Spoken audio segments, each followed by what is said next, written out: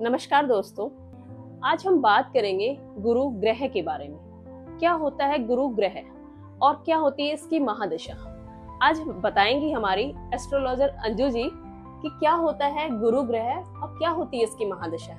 सबसे पहले नमस्कार पूजा जी। नमस्कार। नमस्कार दोस्तों, आज की वीडियो में हम बात करेंगे गुरु ग्रह के बारे में।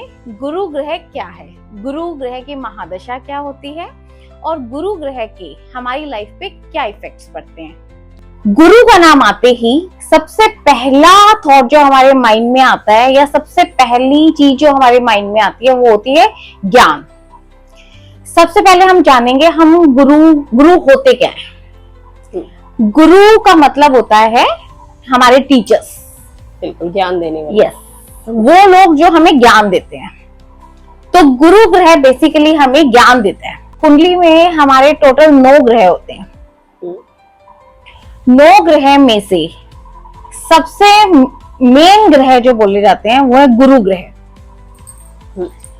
अगर आपके गुरु को आपने अच्छा कर लिया तो आपके बाकी 8 के 8 ग्रह अलाइंड हो जाते हैं। गुरु कुंडली में हमारे बाकी 8 ग्रहों को अनुशासन में लाते हैं, अलाइंड करते हैं। तो सबसे ज्यादा जरूरी है कुंडली में आपके गुरु ग्रह को अच्छा करना। अब आप यहाँ पे क्वेश्चन पूछेंगे कि क्या कुंडली में सबके गुरु ग्रह अच्छे होते हैं? ऐसा नहीं होता है। हाँ, क्योंकि सबकी कुंडलियां अलग अलग, सबके ग्रह अलग, सबकी कुंडली अलग होती है, सबके लगन अलग है, सबके ग्रह अलग है, सबकी राशि अलग है। तो गुरु भी किसी घर में या किसी राशि में उच्च के होते हैं और किसी राशि में नीच के होते हैं। कुंडली में बेसिकली कर्क राशि में गुरु उच्च के माने जाते हैं और मकर राशि में गुरु नीच के माने जाते हैं। लेकिन ऐसा कहा जाता है कि गुरु अगर नीच के भी हैं मगर वो है तो गुरु। हाँ, कंडीशन तो गुरु की अप्लाई होती है तो वो गुरु, ज्ञान के दाता। बिल्कुल। गुरु को यहाँ हम विष्णु भगवान जी से रिलेट करते हैं। गुरु का मतलब है विष्णु भगवान जी। तो क्या भगवान किसी का बुरा कर सकते हैं? नहीं, है ना। तो अगर गुरु नीच के भी हैं तो इट डजंट मीन कि वो आपको कुछ आपके साथ बुरा करेंगे या कुछ, जब तक कि अगर हमारे कर्म गलत ना हो। तो अंजू जी, अब हम जानना चाहेंगे कि क्या होती है गुरु की महादशा। कि हमें मतलब बड़ा सुनने में आया है कि गुरु की बड़ी लंबी महादशा होती है और उसके रिजल्ट्स भी मतलब कभी अच्छे तो कभी बुरे। वैसे तो सभी ग्रहों का यही हिसाब है कि कभी अच्छे कभी बुरे हमें रिजल्ट्स मिलते हैं, लेकिन गुरु का कहने को मतलब ये है कि आप बता रहे हो कि गुरु अगर नीच का भी होगा तो वो आपको परेशान नहीं करेगा, मतलब वो उसके रिजल्ट्स, अगर आपके कर्म अच्छे रहे होंगे। हाँ, और आप ज्ञान की तरफ होंगे तो गुरु आप अपनी तरफ से कभी आपका बुरा नहीं करते। गुरु हमेशा आपको बचाने की ही कोशिश करते हैं, लेकिन ये बहुत हद तक डिपेंड करता है हमारे अपने ऊपर, हमारे कर्मों पर, हमारे कर्मों पर, या हमने पिछले जन्म में कैसे कर्म किए थे। उसी हिसाब से हमारी कुंडली इस जन्म की बनती है। इस जन्म की जो हमारी कुंडली बनी है, जब हम पैदा हुए हैं, जो हमारा लगन या राशि बनी है, वो इस जन्म के हिसाब से तो बनी नहीं है। पिछले जन्मों में हमने जो कर्म किए हैं उसी के हिसाब से जब हम पैदा हुए हैं हमारे ग्रहों की पोजीशन उसी हिसाब से सेट हुई है। उसी के हिसाब से हमें लगन मिला है और हमारी राशि मिली है। तो अब आप हमें इसकी महादशा के बारे में बताइए फिर। बिल्कुल। तो जैसे मैंने आपको बताया कि गुरु ग्रह ज्ञान के दाता है और हम इन्हें कुंडली में, मैं तो इन्हें कुंडली में भगवान मानती हूँ। है ये कुंडली में भगवान जी, बिल्कुल। इन्हें विष्णु भगवान जी कहा जाता है। गुरु को डिनोट करते हैं विष्णु भगवान जी से। तो अब मैं आपको बताऊंगी गुरु की महादशा के बारे में। गुरु की महादशा होती है टोटल 16 साल की। महादशाओं का एक पूरा क्रम होता है और ये फिक्स है। ठीक है। हम में से जो भी पैदा होता है, पैदा होते ही हम किसी न किसी महादशा के अंतर्गत ही पैदा होते हैं। ये मैं आपको महादशा के पूरे पॉडकास्ट में बताऊंगी कि ये कैसे कैलकुलेट की जाती है। ठीक है। ठीक है, आज हम सिर्फ गुरु की महादशा के बारे में बात करेंगे। बिल्कुल। जो भी पैदा होता है, हर इंसान एक महादशा के अंतर्गत ही पैदा होता है। ये डिपेंड करता है। अब ये कैसे, कोई शुक्र की महादशा में पैदा होता है, कोई गुरु की महादशा में पैदा होता है, कोई शनि की महादशा में पैदा होता है। अब आपने ये तो सुना होगा कि जब हमारी डेथ होती है, हमने आगे नया जन्म लिया होता है, कुछ कर्म हम वहां छोड़ के आगे हैं। अब आगे हम वहीं से बढ़ते हैं। हम तो ये सब कुछ भूल चुके हैं ना, मतलब गणना वहीं से स्टार्ट यस होती है। यस यस यस यस, जहां से आप अपने पिछले जन्मों में छोड़ के आए हैं ना, वहीं से आगे अपना सर्कल शुरू करते हैं। ओके। तो उसी हिसाब से आपको आपकी महादशा मिलती है।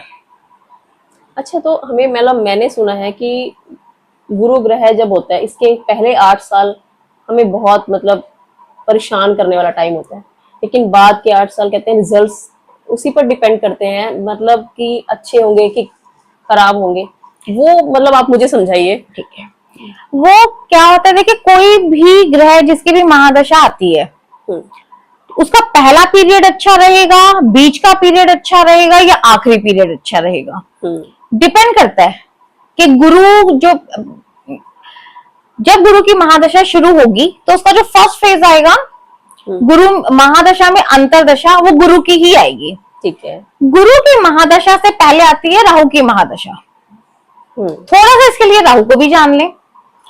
अब जो ये बात आपने बोली है कि गुरु पहले 8 साल में हमें थोड़ी दिक्कत देते हैं या मेहनत ज्यादा करवाते हैं, उसके बाद रिजल्ट देते हैं, ऐसा क्यों कहा जाता है?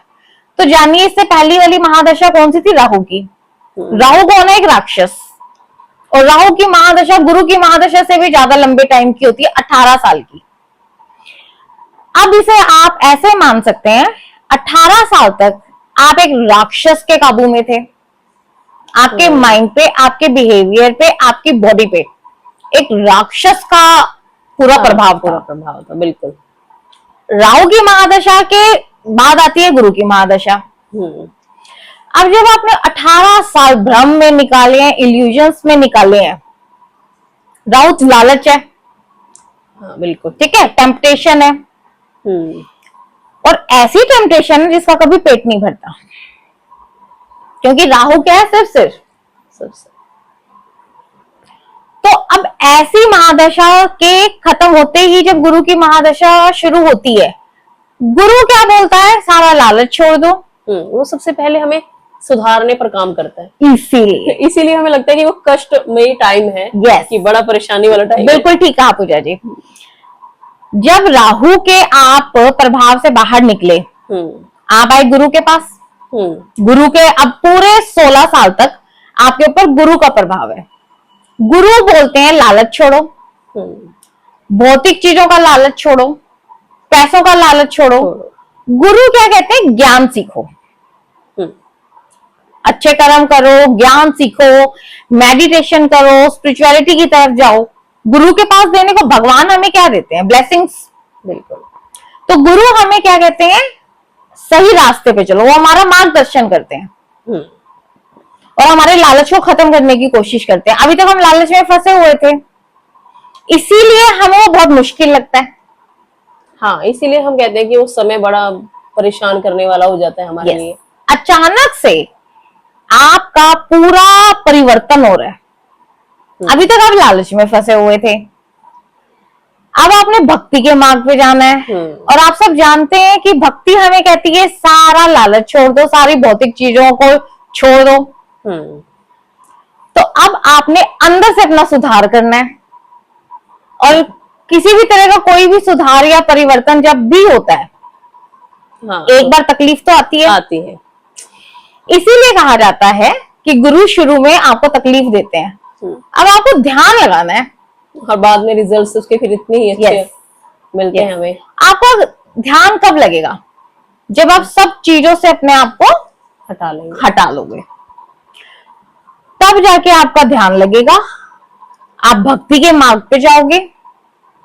अब जब आपकी गुरु की महादशा आएगी तो आपको मंदिर जाना चाहिए, नियम से पूजा पाठ करनी चाहिए। अब इसके पीछे जब गुरु की महादशा थी, आप टोटल ऑपोजिट थे। राहु आपका ध्यान नहीं लगने देता, बिल्कुल। राहु आपका ध्यान भटकाता है। तो सबसे पहली चीज जो डिफिकल्टी आती है वो यही आती है, ध्यान लगाना। ठीक है। आप वैसे फोन पे बात करें 1 घंटा तो आपको टाइम का पता नहीं चलेगा, लेकिन जब आप मेडिटेशन करेंगे या भक्ति करेंगे तो 5 मिनट में ही आपको या तो उबासी आनी शुरू हो जाती है या नींद आनी शुरू हो जाती है या आपका ध्यान भटकना शुरू हो जाता है। हाँ, सबसे मुश्किल काम उस पर ध्यान लगाना ही हो जाता है। अभी आप फोन पे बात करें, टीवी देखें, आप 1 घंटा बड़ी आराम से कर लेंगे, से पता भी नहीं चलेगा। लेकिन सिर्फ 5 मिनट अगर आपको भक्ति करनी होगी तो उसी में आपको नींद भी आएगी, आपका ध्यान भी भटकेगा। ये है गुरु। बिल्कुल। इसीलिए हमें गुरु की महादशा के स्टार्टिंग टाइम पे मुश्किल लगती है। बिल्कुल। तो जैसा मैंने आपको बताया, गुरु की महादशा 16 साल की होती है और फर्स्ट फेज इसका गुरु में ही होता है। तो अचानक से आपके अंदर पूरा परिवर्तन ला देंगे। जो इंसान पहले मंदिर नहीं जाते थे, बिल्कुल भी भगवान को नहीं मानते थे, अब वो धीरे धीरे भगवान को मानना भी शुरू कर देंगे, मंदिर का नियम बनाना भी शुरू कर देंगे, भक्ति पूजा पाठ ये सब करना शुरू कर देंगे। ये चेंज उनके अंदर से आता है।